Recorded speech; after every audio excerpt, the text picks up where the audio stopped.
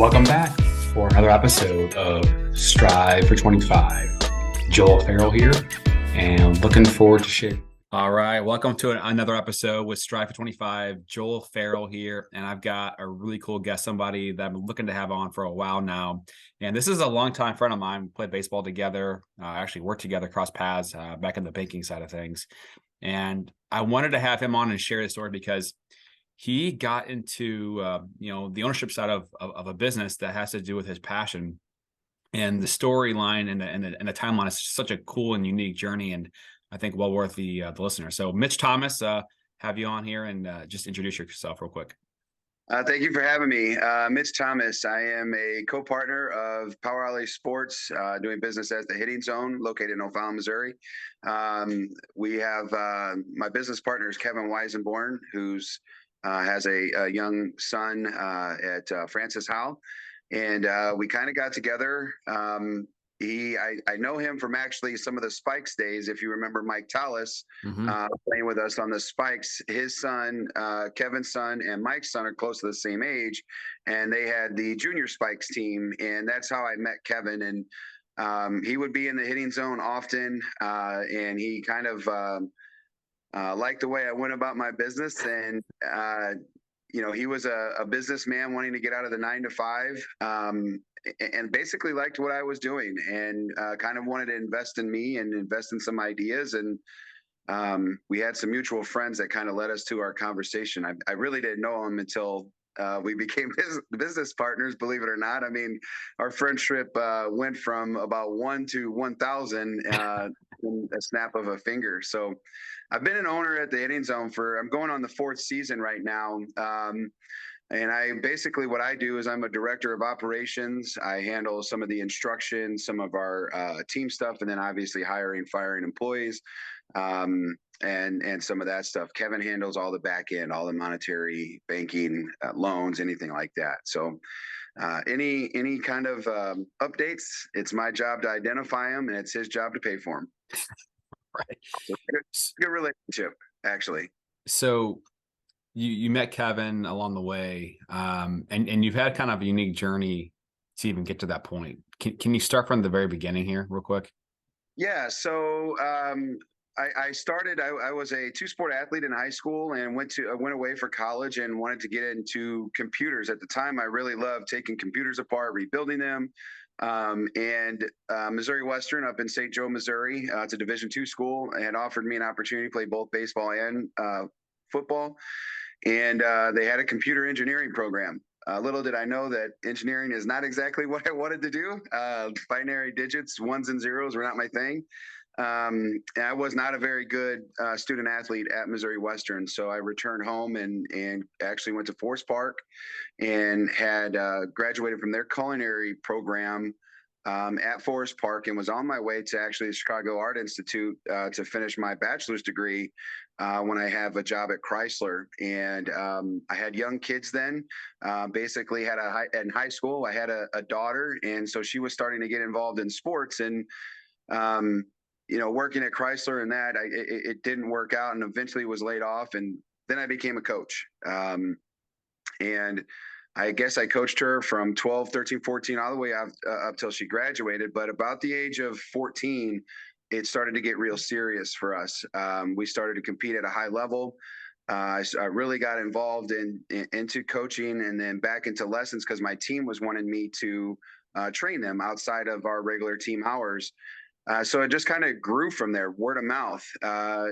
My portfolio grew for clients, and next thing I know, I'm making really good money on the side of just kind of being a regular Joe. And I think that's when, at the same time frame, I met you from working at City, and then playing Spikes baseball. It was around that same time frame. Just so the viewers know, Spikes Baseball is a men's baseball group. So for us old hats who got there and go play and compete, it was a blast. So just letting people know that. So Yeah, we'll call it amateur baseball and baseball, as a lot of people like to say of it. But yeah, in that time frame, that's kind of how it grew, man. I started getting involved in coaching, and then I was playing with, you remember Kent Wallace? He's a Wash U guy too. Hmm. Um, Hmm. and Kent, I was sitting in the dugout. We were out of Belleville, and he said that he worked with a guy who his wife was the Wash U softball coach. And one thing led to another, and I started coaching at Wash U. She said I would be a What good what coach. what year was that? That would have been 2000 and, oh man, 13, 2012, Okay. Okay. 2013. So I've spent 8 seasons at Wash U. But while I was at Wash U, the head coach kind of pushed me to finish out my 4-year degree because that's what it took to be college head coach. And that was kind of the start of the path. I got into business management. It was the fastest degree that I could get with the hours that I had and transferable stuff that I had. So that's what I went for. I graduated, started looking for head coaching jobs. I was a finalist in a few, and basically at that point, it kind of changed directions for me. Casey and Ziggy Moore were the previous owners of the Hitting Zone. They are SLU graduates. They're Wentzville guys. Wanted to bring in softball into the Hitting Zone. And my daughter had graduated. She was at UMSL playing. I was at Wash U, and I thought, man, this would be perfect. This would be a full-time job. That's when we worked together at Busey, about that time frame. I guess about Okay. 2000. 16, 17, 15, 16, something like that. Yeah. Like that. And that's what they took me away from working at Busey or Old Pulaski over there in Creve Coeur. So that's where it kind of started, man. I worked there for a couple years for them. And I was busting my tail, and one thing led to another. One conversation on an early, like Friday morning, they were having the owner Ziggy was having a practice, and I had to meet him there to give him a key. And I was a little frustrated with some things, and we were sitting on the dugout in the dugout, and he said, "You want to buy it?" And I thought he was full of crap. He had done a good job with the business. Him and his brother did, and sure enough, it ended up happening. So the journey to get there was interesting too. Looking for small business loans. How to fund it was definitely a process. So it didn't happen overnight to buy it, but that happened in July, I guess, and we ended up buying it in September 1. So it only took us about 3-4 months to get things together. Okay. Well, 2 Okay. Was that in 2017? No, 19. No, that would have been 2019 because I'm going into my 4th year. So Okay. yeah, 2019. Okay. So that conversation happened in July, and then everything was finalized in September. Yep, happened that quick. Well, Okay. I think we actually closed the deal on August, whatever that last Friday was, because the September 1st was on a weekend. So we took ownership that last Friday in August. Okay. Okay. So the financing, journey, the financing solution is definitely unique. So that few month time frame from researching, talking about business loans, and getting into this specific solution. Tell us about that. Well, you talk about ups and downs of trying to apply for small business loans and even trying to figure out how to fund this stuff. I mean, we were trying to burn, the end at, the candle at both ends, if you will. And we had so many ups and downs, and we ended up using a program called Rob's. I always thought it was funny because of the name of it or whatever, but it's a rollover business startup. And basically what it uses is your retirement, your IRA that you can use to fund the business. And that's exactly what we did. And we took out a little bit more than we needed. We were able to take out a little bit more for reserves, cash reserves, but that's what we did. Kevin is the majority owner, and I'm the minority in this group. He owns the largest percent. But that's pretty, I never heard of the program. I mean, I had, when I was in my business management course, I had to basically create a business plan. And this was already in my mind. I just had graduated maybe, 9 months prior or something like that at the age of 38 or whatever I was. I had just graduated with my 4-year degree. So I had all of these ideas in my mind and all of this energy going. And I'm looking all this time I put in, I've never heard of this Rob's program. And so the ups and downs, man, I'm not kidding. I probably spent a few nights being upset and crying over the fact that I couldn't obtain the dreams that I had envisioned. And one day Kevin called me up and said, "Hey man, my advisor told me about this program." And here we are. So it's a rollover business startup. And, we risked our retirement basically. So, any money that we had in our retirement, it's gone, invested in the business. So, of course, when we sell the business, we can recoup that money there or make money on it. The business is required to set up to have 401k options. So we can pay into 401k through the business.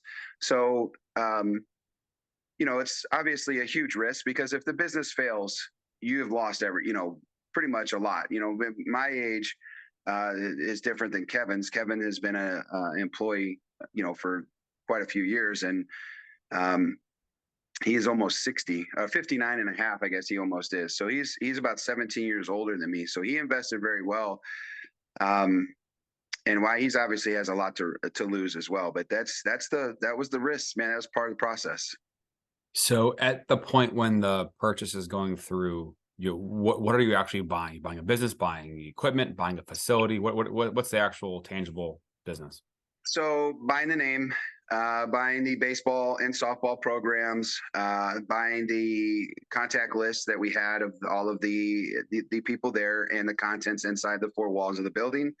The building is actually leased, so we took over the remaining lease in there. But basically, we were buying everything in the contents of the four walls. The turf, the nets, the machines, equipment is basically what we were buying, and then the returns on having a club team. So when you talk about, hey, this is a huge risk, risking your retirement, obviously, that's a big deal, obviously, and time, the later you get in your journey, the less time you have to make things up if something doesn't go as planned.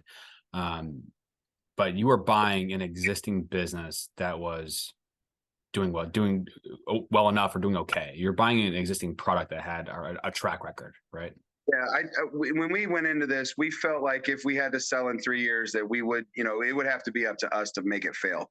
We felt that we had we got it at a good price, at a fair price, and we felt like we could make money in 3 years. That was our short-term goal. We knew that there was going to be some change and some hurdles. We didn't obviously expect COVID to hit, which was in our first 5 months of ownership. I mean, well, no, not even that. Maybe 3 months of ownership's COVID hit. Yeah. So we didn't even have a full year of business to create, and we lost a significant amount of revenue right away. So it was a struggle in the first full 2 years, but within this last year, we have got the business back, and it's in good shape. What is the one thing that when you bought the business, what is the one thing that you said, you know what, when I put my stamp on this, I know that this part we're going to be able to make it successful? What was the one thing that you knew that you'd be able to bring to the table to make this a long-lasting success? I think it's my desire and willingness to just compete, if you will. There's batting cages everywhere. There's club teams everywhere. I wanted to find a different niche. I didn't want to rely on housing club teams. And so I'm a grinder. I work real hard, stay up late, get up early. That's kind of who I am. So if I had to put a stamp, wear that T-shirt, it would be a grinder, man. Like that's what I feel is helping us be successful, is that I'm not afraid to grind, ask questions, be told no. I've been told no a lot, but we've had some failures happen. We lost several teams. One of our coaches decided to do his own thing, and he took a couple teams, which was a revenue loss. We lost a significant amount of client base, and so I had to go to work, right after that, and so it was short term. We figured out a plan. We had 6 months to figure it out before they were out of the building. And so I just went to work, man. There's so many people being a baseball guy, being a college guy, being a college coach, being a high school coach. You start to build connections and relationships. And my personality, I'm outgoing, and I'm not afraid to have conversations. Basically, people tell me I've never met a stranger, so I don't mind talking and being told no. I mean, I was in the same scenario prior to that conversation, so um, things grew that way. I met other coaches that they wanted to use our facility that people didn't even know about us. We built marketing plans to get us on social media a little better in the area itself. So I went to work, man, and that's my stamp. Is just that I'm a grind until I get it right, and then when I get it right, I'm gonna grind to make it better. Because that's the ultimate goal. I want these young people to have the experiences that I had and not worry about the parents, not worried about a college education, being paid through sports. It's very hard. So I bring some honesty to it as well. So I think for my stamp, when I walk away from this game, it's the passion, the love that I put in for these young people. Yeah, I mean, when you use the word grinding, Tim Grover in his book Winning talks about when you grind, over enough time, what do you have left? You have dust. And he talks about reframing it and reforming it into something positive. And when you love something that you do, when you love helping somebody else out, when you love the sport, you may use the word grind because you're busting your tail working a lot of hours. But when you have that passion for something that you're doing and passion for the people that you want to help, it's more than grinding. You're forming. He talks about you're forming something. You're forming a business. You're forming a reputation. Forming, relationships. And the people that I know that know you, I mean, that's what they talk about. Yeah, and that's where maybe that when you're talking about forming, you're talking about forming passion, desire to build something, right? And so while the grind is the word that comes easy to me, he's much better with words than I am, but. And like you said, for me, it's not work. Of course, there's stressful days, where I need to take a day or two away from it all. But again, instead of putting money in my back pocket because we have profits this year, I put it back into the facility. I didn't put it in my pocket. I make an honest living.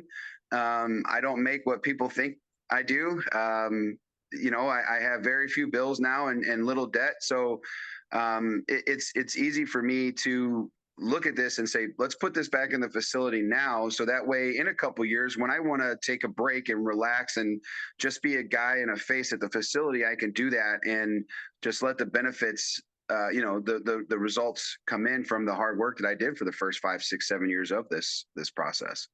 So the hitting zone, remind our listeners, where would they find you on Instagram and get online? So Instagram and Facebook are probably I handle it. So it's probably the two that I'm most familiar with. Twitter, I'm learning. We actually have a decent following on Twitter, but I don't tweet a lot. Instagram is at the Hitting Zone STL. And Facebook is just the Hitting Zone STL, facebook.com/ or underscore, whatever it is, / the Hitting Zone STL, and of course, search it to make sure. But I should probably know that since I log every day. And, I've been posting pictures up there because we just redesigned the facility. So I've been posting some pictures on Instagram and on Facebook. And so then our website is thehittingzonestl.com. Okay. And that's where you find our rates.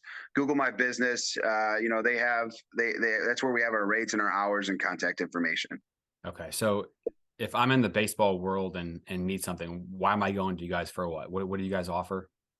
What services? Yeah, we have a couple different things that we do. We offer memberships to athletes that can come in and buy anytime access, or walk-in access, I should say. And that's if you walk in and you say there's a cage open, you can go walk in and hit. We obviously offer cage rentals for a single family or whatever that wants to come in and get some work in. We offer team rentals. We have now 9 cages. We had 8. We developed a 9th cage by redesigning the facility, which will give us more availability to our clients. And then in those cages, we have 4 that are 65 foot, like 15 by 65, where you can do pitching in there. But one of the big attractions is they open up, and so all of the nets retract, and it allows basically a 60 by 65 foot area to work things like team defense. Do a little conditioning things in there. You even go live, with pitchers and hitters on the baseball side. Softballs that played at 43 feet, so they have a much smaller space that they can use. So they stay in a single cages, but all of 8 of the cages are retractable. So we have one area that's 53 by 53, one area 65 by 60, and then come in March, we're going to add a different element that we're waiting to release, but that'll be basically like a members only cage. So the full-time access to that will be members only. So it'll always have cage access available. Got it. So the biggest probably moneymaker that we have is instruction. And we have 5, not including me, we have 5 basically, I'm not going to say full-time, but regular instructors. We have instructors that need space that come in and out, but we have 5 others besides myself. So 6 total. Okay. So these are people that are basically part of the Hitting Zone group employees contract. They're part of the brand Hitting Zone. Well, they're contractors. So contractors. Okay. Not necessarily, they don't represent the Hitting Zone. Now they do wear Hitting Zone apparel. They choose to do that on their own. Most of the time they're wearing their college uniforms, or like on our baseball side, both of those coaches, they represent their own brand. So we have Brick Wall Catching in there by Jamal Hughes, and Mike Egan's Training Academy, which is called Meta. So they have their own brand that they market. So they wear theirs, and of course any tribe gear, because they're also tribe coaches. Okay. Which is our house team. Got it. So wintertime, right? That's the big time, core of when people are working on the off season to be able to get better for the next year, right? If you're kind of going on kind of the baseball zone of this, if you're an athlete and you're trying to get prepared for, the upcoming season from a mindset standpoint, would you have any advice to offer that young kid, whether they're in high school or grade school, of trying to do the work to get prepared for the next season? What's the mindset that player needs to have in the off season? Yeah, that's a tough one, because, you have to have resources. And, with a lot more garages these days than I had growing up in my neighborhood. You can set up little nets and stuff in there, and just in general, the resources that are available to us. The thing for me is swing. Like if you're a hitter, you need to hit. You can't hit once a week and expect to be a great hitter. You can't pitch once a week and expect to be a great pitcher or a great thrower or have a good arm. You have to work, you have to practice. And so anybody that's let's say an 8th grader that's going into their freshman year, or let me backtrack. The freshman that's going into their freshman year of baseball, don't wait 2 weeks before the season starts to get some reps in. That's ridiculous. You're not going to be prepared. If you don't have the means to do the instruction, we understand. Get pop-up nets. There's ways to swing, whether it's bottle caps, balled up socks, things that you can hit in your basement like wiffle balls, and you could use your regular size bat. Just swing, watch the game, watch reruns. This past weekend, obviously in St. Louis, is a great thing to watch on some of the things that we failed at as Cardinals situations happen, and last night to blow the game open for the Mets and Padres, Juan Soto, one of the greatest players of this future generation, put a bunt down. I didn't see that. Yeah. So you're talking about one of the greatest players right now to play, and he puts a bunt down for his team. And so identifying the IQ, get that IQ up for the sport, and get that confidence up, because you need to stand in front of your line. Especially out here in St. Charles County, the GACs, the Gateway Athletic Conference, is very hard. And, teams are cutting kids that are going to college and playing college baseball. Yeah, because Wow. they have guys that are 20 deep, 22 deep. I'm coaching at Timberland. I'm an assistant coach at Timberland now since I stopped coaching at WashU. I became a high school baseball coach, and we have a young man that throws 100.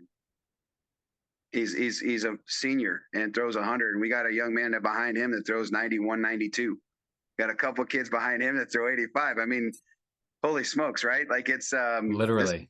sports. Like I'm 42 now, and I don't remember guys barely throwing 90. That's like the best arms growing up in high school were 90. Now the best arms are, there's several arms that are 90 on a pitching staff. The Mhm. Francis Al's of the world. So you have to come in prepared. So to back to your real answer here, you have to work. You have to be prepared to work. You cannot hit once a week. Don't hire a hitting coach and hit once a week for half an hour. Hire a hitting coach to give you the tools, the drills to go home and work. 300 swings a week is what I like to say. 300 swings away. Okay. Okay. Good stuff. I like it. Yeah. I mean, and that's the thing is that one of the things I wanted to ask you is, going backwards in time, so 4 years ago in 2019, this business became a reality for you. And, you finished your degree later in life. And I think, would you say that going through that process in the moment, all, the degree and then this opportunity came in front of you, that you were most prepared for that opportunity because all that stuff was front and center in your mind, all that the business ideas and strategies, was that a help that it was in front of you at that moment, at that moment in time, and fresh? I'm not sure. To be honest with you, I've been dreaming about this from our Spikes days. Once I became a youth coach, I felt like us adults were ruining youth sports. And I wanted to be an impact in youth sports. So I feel like it's always been there, finding the funding for it. And the ideas were way too big that I had. I was trying to build $4 million facilities in my head, with baseball fields and softball fields and state of the art technology. And that was not realistic. And once I got through the business management, then I started to understand how this process needed to work, whether or not I was going into investors, to try to invest in me. And, WashU is obviously a university who, has parents that tend to have some cash. And so we had business owners that I was like, okay, I'm going to start building this investment process and start getting out there to see if somebody would give me enough investment funds to put 4 cages together. I was wanting guys that played baseball with us to work, because playing for the Spikes was one of the most funnest times I ever had, because we had guys that knew how to play baseball. Mm-hmm. And that's what I wanted to teach. I wanted to teach these young people how to play baseball, because now they just play video games, and, it's while they crush at Fortnite and, Minecraft, their IQ levels are way down for the expectations that they have as kids and parents have on them. They spend time doing other things, which is fine, but they want to call themselves a select athlete or somebody who wants to play college but can't put the time in. I wanted to prepare people for that. I wanted to be honest with them. I wanted to bring honesty to the game. And so I can't say that it was always on that forefront for 10 plus years. It became a big time reality once I got through my business course, and I started learning how to build the portfolio to try to get investment dollars. The 9-page plan. It's the drawings. I'm telling you, man, the first one I went was like $4 million. I'm sure it's gonna be hard to get $4 million from somebody. So how do I get 250 grand? And that became much more realistic. But it's a process, right? You go do, you refine, you tweak, you go do, and you see what works, and you just keep going, and kind of going back to, grinding, not stopping until you get what you want to get, not stopping until you get the vision and goal and dream that you're wanting to get. And here we are, I'm 39, right? And I've been thinking about this podcast for 6-7 years, and, sometimes things just fall into place, and your desire, your want is stronger than the fear of failing or the fear of all the doubts, right? So,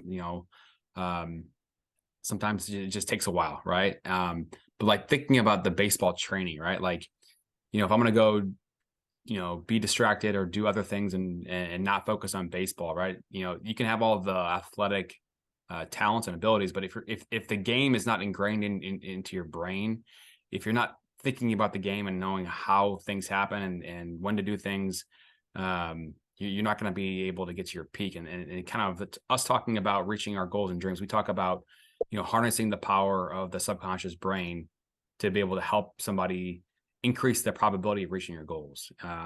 In the book by Weldon Long, it's called The Power of Consistency. This is a guy that went to jail 3 times. He had nothing going on in his life. He had a kid. His father died. And something clicked in his brain. And all of a sudden, he decided he wanted to be reading all these books and got his MBA in prison. And he talks about his prosperity plan. If I can fill the things that I want, the visions that I want into my brain and put in my brain every single day, then either 2 things are going to happen. I'm going to stop filling my visions in my brain, or I'm going to get there.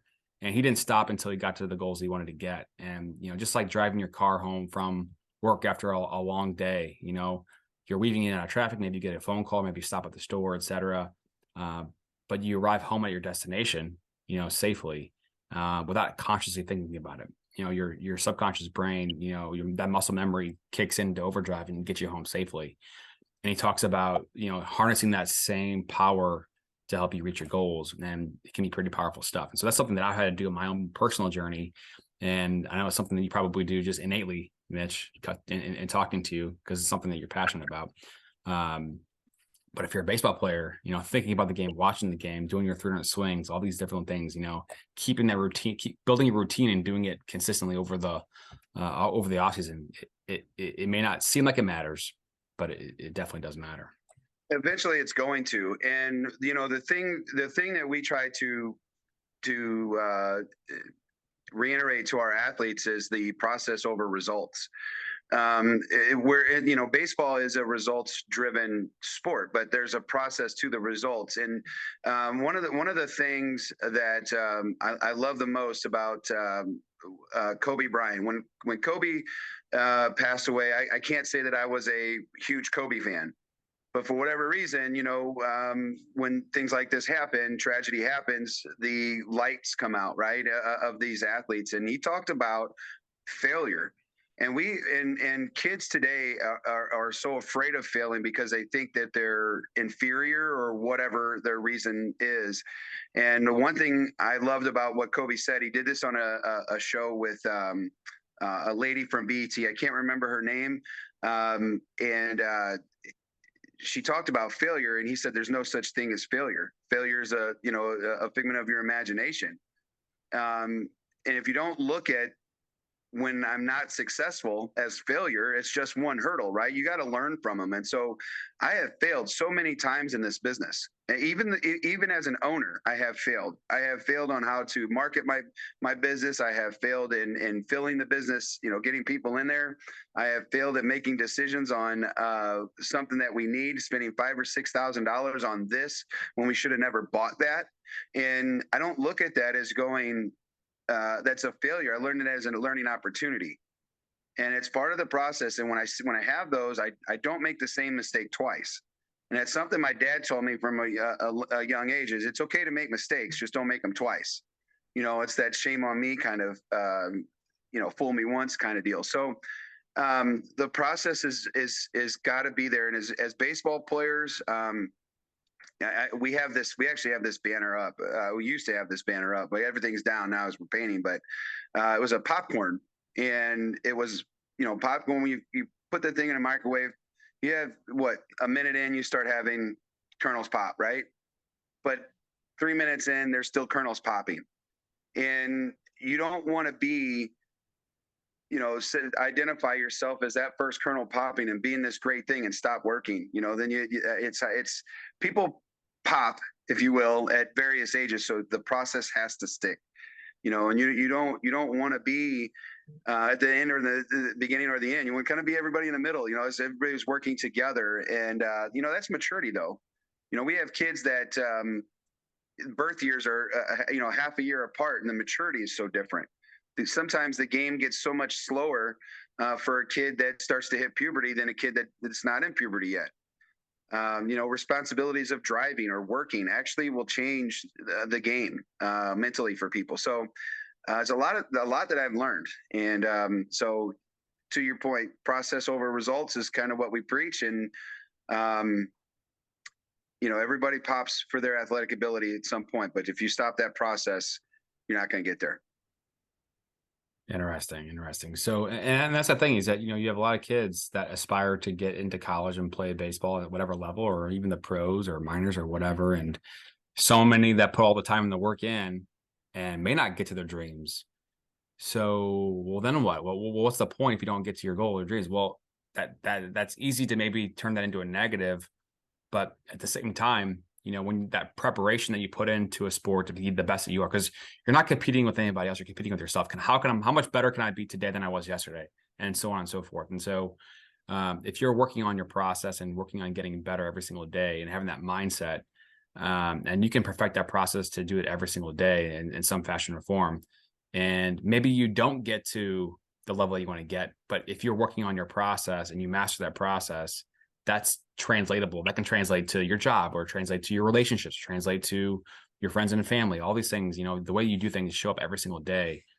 It does matter. It does matter. And, just like an athlete who gets butterflies, an Olympic athlete gets butterflies before an Olympic race. But, rather than having it become a paralyzing effect, the best Olympians, they turn that biological effect into a positive. Hey, that's not me being nervous. I'm just energized. That's me being excited for this race. And the first day, the second day that you tell yourself that, it may not have an effect, but after a month, after years of telling yourself that, you've retrained your brain of how to perceive that biological effect. And now it becomes an energizing effect as opposed to, a debilitating or a paralyzing effect. And those little bitty shifts and tweaks, matter, and like you said, that popcorn pops, you have a great success. Well, then what do you keep working, or do you take that and go the opposite way and take that luxury and keep going the opposite way? So very, very interesting stuff. Anything else you want to throw on that topic? Yeah, man. Like you said it earlier, each and every day we're trying to get a little bit better, and we use the 1%, every day we're trying to get 1% better. And the one thing that I've changed from when I first started coaching, from when I was told this as a kid, was, give it 110%.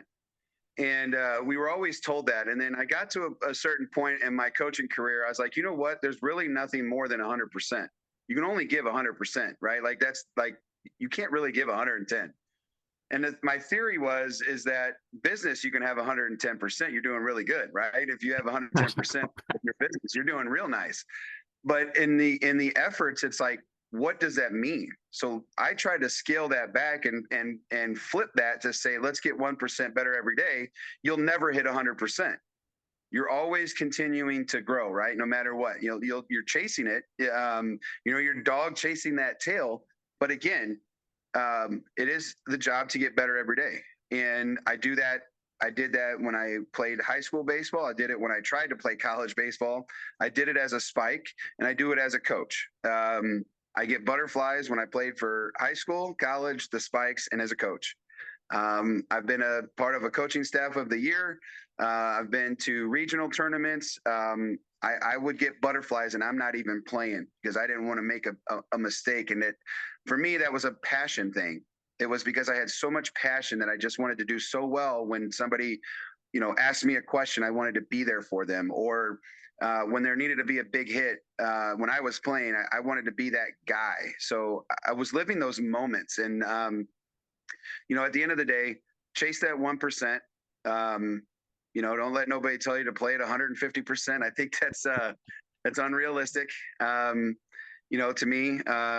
But if we're always chasing that 1%, we'll never reach that 100%. So I'm trying to use new tactics in motivating young people, and even positive things can turn negative into some of the perception and thoughts today. When I was told to jump, I was in the air before my coach ever hit the P, in the word. And nowadays you have to kind of explain what we're talking about when we get there. So I'm learning to try to, I guess, reverse psychology, all of this, and turn things that are positive, kind of say them in a different positive fashion. So I like what you said there on chasing that, getting better every day.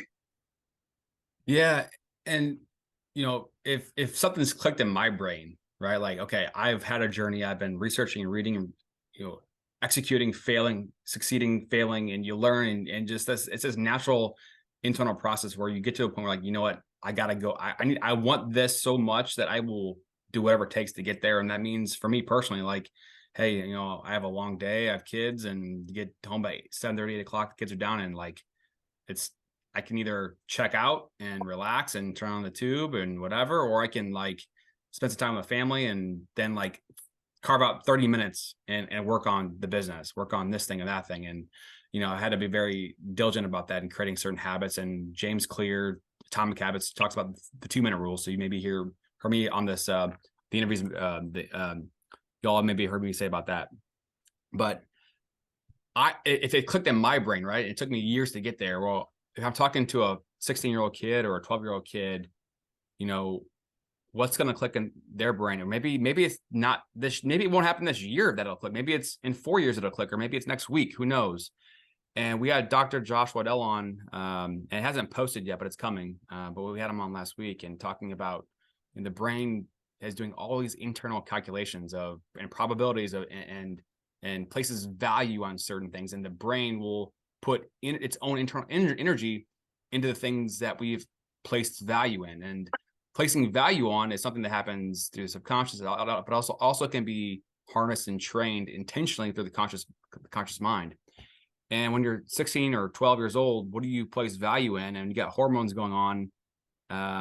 There's all kinds of chaos and distractions and family and friends and parties and school and sports. And how the heck do you, manage all that when you have all that distraction going on? So it's tough. It's tough to, as a 16-year-old or 12-year-old to follow through. And it's tough to be able to be coached, as well. So the pressures are real. The pressures are real, because you talk about things from school and parents, like you talked about, you got to get good grades. I mean, there's so much focus on grades right now. You just can't walk and be a C student anymore. You got to have, certain grades in certain families. And so you're right, man. Pressure is a big deal. And especially when you get to that age at 16, how do you embrace it? And that's also where a lot of the ages fall off, where kids stop, they stand up for themselves and say, hey, I'm done playing baseball. You see a drop off from youth sports to high school sports, and then from high school to college. So life takes over.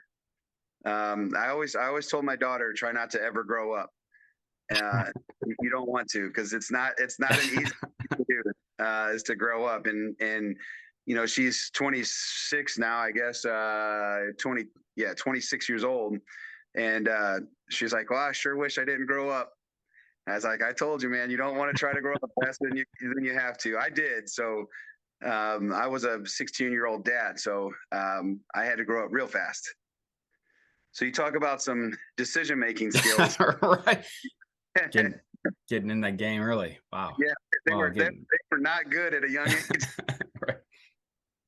I'm blessed to have the life that I have, but don't get me wrong. I didn't, nobody plans on having kids at 16 years old. So while it was a learning experience, it was a great experience. Still is. So right now you're coaching with Timberland out in Wentzville? Yeah, under Coach Andy Zaire. He's the head varsity coach. Cool. So from a winter or fall winter process tactics, I mean, what are the kids focusing on? What do they focus on, off season wise? Yeah, right now for Timberland, we do open fields right now. You're not required to come. We can't do that. It's rules through the state. But most of these kids are starting to get into their club atmospheres. So they're training to prepare for that high school season. So they all kind of go their separate ways. We don't manage it like that. We're not interested necessarily in, trying to micromanage their winters. We believe it's up to them. So we put the accountability on the athletes to be prepared at tryouts. Cool. So we kind of lose touch with them. I think next week is our last week that we have them. Okay. So So I go back to, my high school days, and I played at DeSmet, and we had a good team. We won state my junior year. A lot of good athletes, guys that back in those days throwing 92 was like the elite, right? Um, but our coach, Greg Vitello, one of the best, soccer and baseball, but he broke everything down into its simplest parts, literally everything down. And I just remember being, so in tune to the feel of the game. And like, instead of just taking ground balls, right, just hitting everybody in the line for ground balls, he broke us all up into like 3-person groups. And like, you'd have one person be 10, 12 feet away, throwing balls to your forehand, throwing balls to your backhand 10 in a row, throwing balls in a different spot, and then rotating and doing it at this little bit level. And then, having guys throwing to a spot, and doing that 10 times in a row, breaking everything down into simplest parts. And then later in the practice, pulling everything together. And when you do that over and over and over, every little thing in the game, like I remember we would do bare hands, we come in and do bare hand 10 times in a row and practice that. And all of a sudden, shit, I was good at that. I never was good at that my entire career. All of a sudden I started working on it every single day. And I was like one of the best on our team playing second base at it. But it's just interesting, when you break things down into its simplest parts, and the way that the brain takes those little bitty things and they can put them all together into its aggregate form on the playing field. Those are the things that when I think about trying to get better in the wintertime, breaking things down into as small as sports. And you talked about, hitting a bottle cap or hitting this or swinging the bat. It's those little things that you can do to strengthen the muscle, strengthen your hands, strengthen your forearms, all those little things you can do that it may not seem like it matters. It's easy to do, but it's also easy not to do. And that many times becomes the difference between the best and the rest. There's distractions, and how do you manage it all? And you talked about what you did as a high schooler. We call those dailies. Like, these are things that you have to do daily. All it is hand-eye stuff, right? I mean, it's not that difficult to do. You can bounce a ball off a wall. Mm-hmm. There's so many little things that you can do to become a better at something, right? And it doesn't always have to be a hit ground ball. There's tools now out there that allows coaches that are like me that love to explain the game, that I can use to my benefit, to work with kids a little bit different. It's always hard to hit fungos and then coach. It really is. You have to stop the pace of practice. It's not always fun to do because everybody likes that energy, right? And so if you stop to do something, it breaks the energy, and you don't want that. So you just move on. And so it's very simple just to hit ground ball, and then he boots it, and you want to say something. You're like trying to say something while trying to hit another fungo.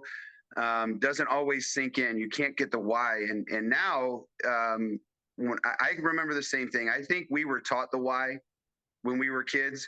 As we got older, or that I got older and being in this game, I started watching the differences between practicing 5 and 6 days a week to practicing 1 or 2 times a week. Practice 1 or 2 times a week, you can't get your daily stuff in, right? I mean, you're not going to go out there and spend 20 minutes on working on your forehand, roll ground balls, your backhand, on your knees. You know what I mean? You're not going to do it barehanded. You're not going to pick through. You're not going to funnel. You're not going to do all of those things because it wastes time. And now we're getting into it because colleges are on TV. College baseball is on TV, and now all these college camps. So all these coaches now see it, and so now it's part of the routine for practice, pre-games, all of that. They call them, we call them dailies, but that's a rep getting better. And if you do that for 30 minutes every single day, or 6 days a week, or 5 days a week, it's only a matter of time before you get better. Mm-hmm. And I just love that. It's just 20 years ago, you played baseball in high school, 22 years ago, whatever it was. And you were doing the same things that they're doing now, and they're elite. We have a young man, Justin Dearden, who is a local kid, undrafted. He went to Eastern Carolina, came back home, went to Jeffco, then went down to SEMO. And his senior year was cut short because of COVID. He was leading almost all of college baseball in almost every major stat that you can, homers, OPS, all that stuff. Goes undrafted. They're only doing 5 rounds that year. Goes undrafted, gets picked up by Houston, does this free agent thing, gets picked up by Houston, plays all of low A, high A, just moving through the ranks. Well, this year he made it all the way up to AAA. And you Wow. should see the kid work. I mean, he will, the days of baseball games, he's there early hitting off tees, just doing tee work, working on, hitting the baseball up the middle. And why does a guy that's already made it professionally, I mean, he's still got a, next level, which is the big leagues, but why is he hitting every day? If he's hitting every day and he's been hitting every day for whatever years, like that's the motivation in my mind. I don't need the money. I want to get there. You know what I mean? How do I get to be a professional? And if the work ethic is every professional is telling you rep, rep, rep, rep, rep, um, you know, just my thing to young people is don't expect the results if you have an average work ethic. It's not going to happen. Just won't. It doesn't matter. Your relationship, business, your job, your W-2 employee, salary to business owner. If you're not willing to work, it's not going to happen. I mean, some people get silver spoons, but Yeah. at the end of the day, like everybody else is normal. Like you have to work, grind, as if we will earlier, but I'm going to use work because I like the formation there. We're building something, and you have to work. Period. And it's okay not to work. You don't have to. Just don't expect the results if you're not willing to work. Yeah, and that's the thing is that, in my 30s, right? And there's certain things that I now get that I didn't get in my 20s, and when you're 16, it's hard to get. But like learning to love the process, right? Like we're so fixated on results and what's my score on my test? What's my miles per hour? What's my speed on my 60? How many home runs do I hit? We're so focused on these results and the process, right? I mean, it's just part of the way, and it becomes a chore. It becomes a nuisance, or it's hard, or it's exhausting, right?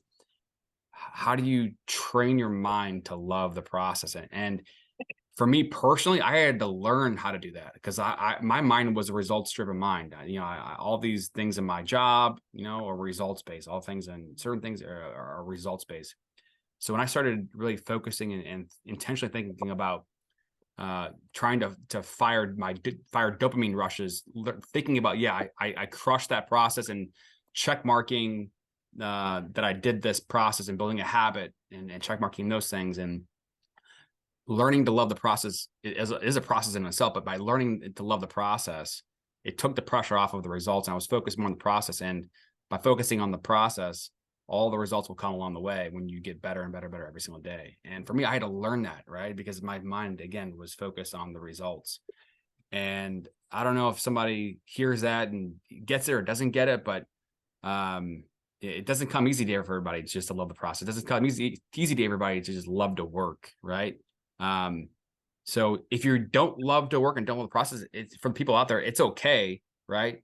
You don't have to innately love it to be able to be good at the process. You can learn how to learn to love the process along the way. There's processes for that, and some of the things that we talk about on this channel is as well. So anyway, just going up on a tangent there, just because hard work is hard to learn to love to do the work. It's hard, right? To do it every single day, it's hard. Do you like? This is random here too, but to feed off this, do you even think about the results anymore? They just happen from the hard work. It just happened from the process, right? The results are there, and I find myself smiling much more now than I had before, worried about results. When I became a business owner, I mean, as a person who's almost failed a lot of their life. When I got into business, I started to a lot, and I got to the results. I went back to the result orientated mindset, and I forgot about the process. And so I got stressful. It got stressful for me. Now it's stick to the process. The results happen, and that's where I'm at. And now I'm when I get done at night and I'm, redesigning the cages and stuff up at the hitting zone, when I get done at night, I have a good feeling. Like it feels good to walk out of there, even though it hurts my body and I don't want to do it, and it's time, and I'm there till 2:00 in the morning after, paperwork all day long. When I leave, it feels good because when it's done, that the result, it's just going to be that much more enjoyable. To actually even be able to even be in the moment, live in that moment when the result happens. So stick to the process. Love it. Okay. So last thing here, because we're running out of time. So back to your business plan that you did when you were finishing your degree, that $4 million project. At some point in time in your life, right? Paint the picture, wave that magic wand of what do you think, what would be like the coolest thing for you to be able to accomplish with the business in 2 years, in 5 years, in 7 years, or 10 years, whatever it is. What's your ultimate dream or vision? Well, that 4 million's turned into like 6 million in today's. Right.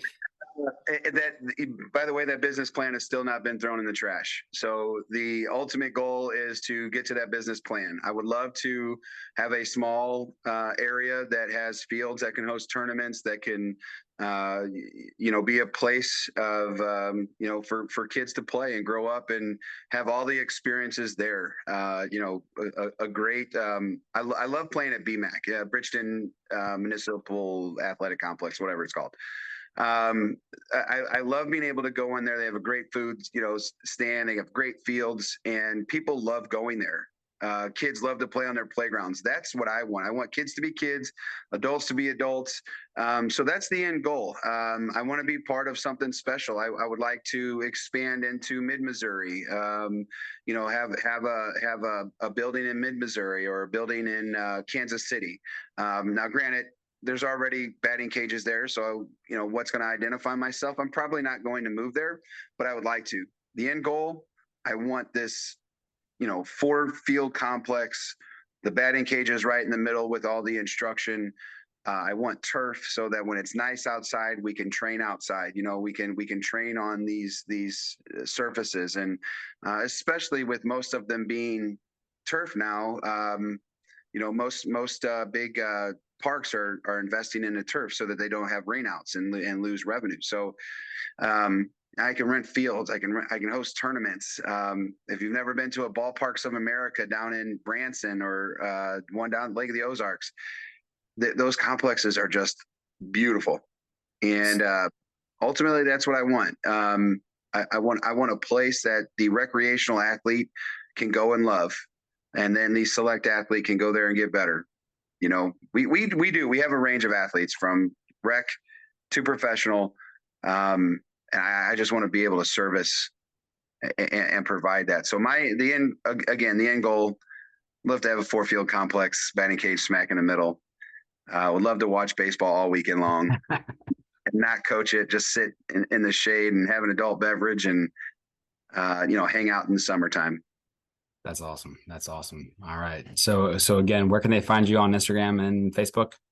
Instagram should be at the Hitting Zone STL _ sorry. Instagram's different. _ the Hitting Zone STL. And then Facebook should be facebook.com / the Hitting Zone. It could be just Hitting Zone. I would use that search button up top. Right. The Hitting Zone STL, and it will pop up because that's even what I do. Now that the computer recognizes everything, it just goes right to it. But and then our website, the hittingzonestl.com. And that's most of our rates are on their website and Google My Business. If you Google us there, you can find that information there on our hours and stuff.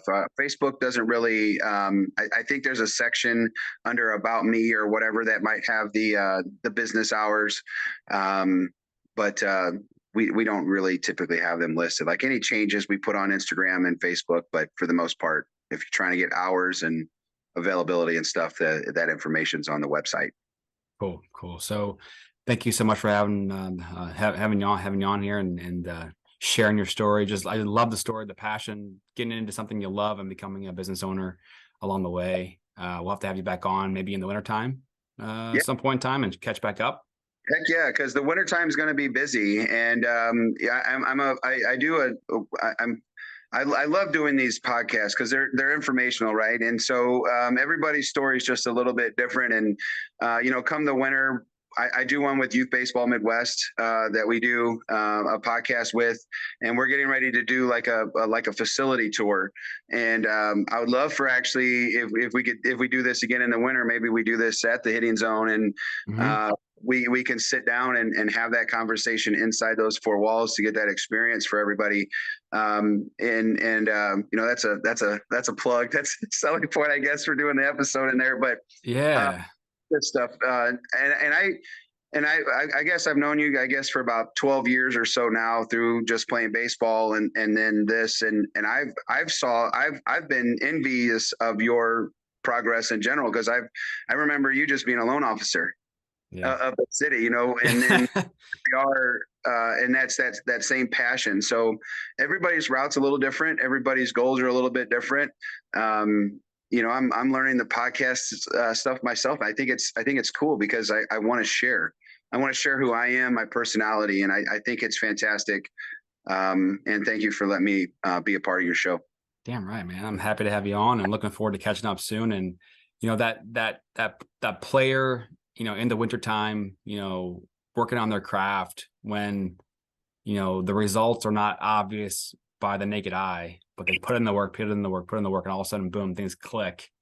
And, the results come down the road. That's the part that, I would definitely want to dig in real time down the road. Check out that cage, check out the new cages, the new layout and all that stuff. I can't wait. Yeah. I have 3 young men that I wish, I would have recorded from day one when I got them to currently. And I had recreational athletes basically come to me, maybe low-level select players. And I told them if they wanted to play for me, they had to work. They did nothing but go to work. And they just grew and grew and grew. And now their swag is on a different level. Now the expectations are different, and they won't stop. And all you're seeing growth, right? But now it was, I just want to be in the starting lineup. Now it's, how do I make JV baseball, or how do I make my freshman team? It's what can I do to be the best player on this team? What can I do to, you're only as good as your weakest teammate, right? So what do I got to do to bring that teammate up to the next level? And so now we're starting to get leaders. Ooh, that's awesome. You're building different things. And I would have never thought this of this kids. I was being a jackwagon, if you will, and said, hey, if you're going to play, you have to field a ground ball. You need to throw a ball off the wall. Well, needless to say, there's holes in some of these parents' walls now. But at the end of the day, they're working, right? So I wish I would have recorded them. So any of your moments, if you have those kids that are transitioning in those maturity years, start to put something together so that they can see the growth. Oh, wow. And see how they've grown maturity, body-wise, mentally. I wish I'd have done that, because these 3 young men have earned my respect big time. And I guess they're the teacher's pet, if you will, but they deserve it, and everybody has them, right? So I'm excited for their future. That's awesome. Well, can't wait to catch back up with you soon. Mitch Thomas in Missouri here, and looking forward to next time. The Hitting Zone STL. Thank you. All right. See you, man. Bye. Bye-bye.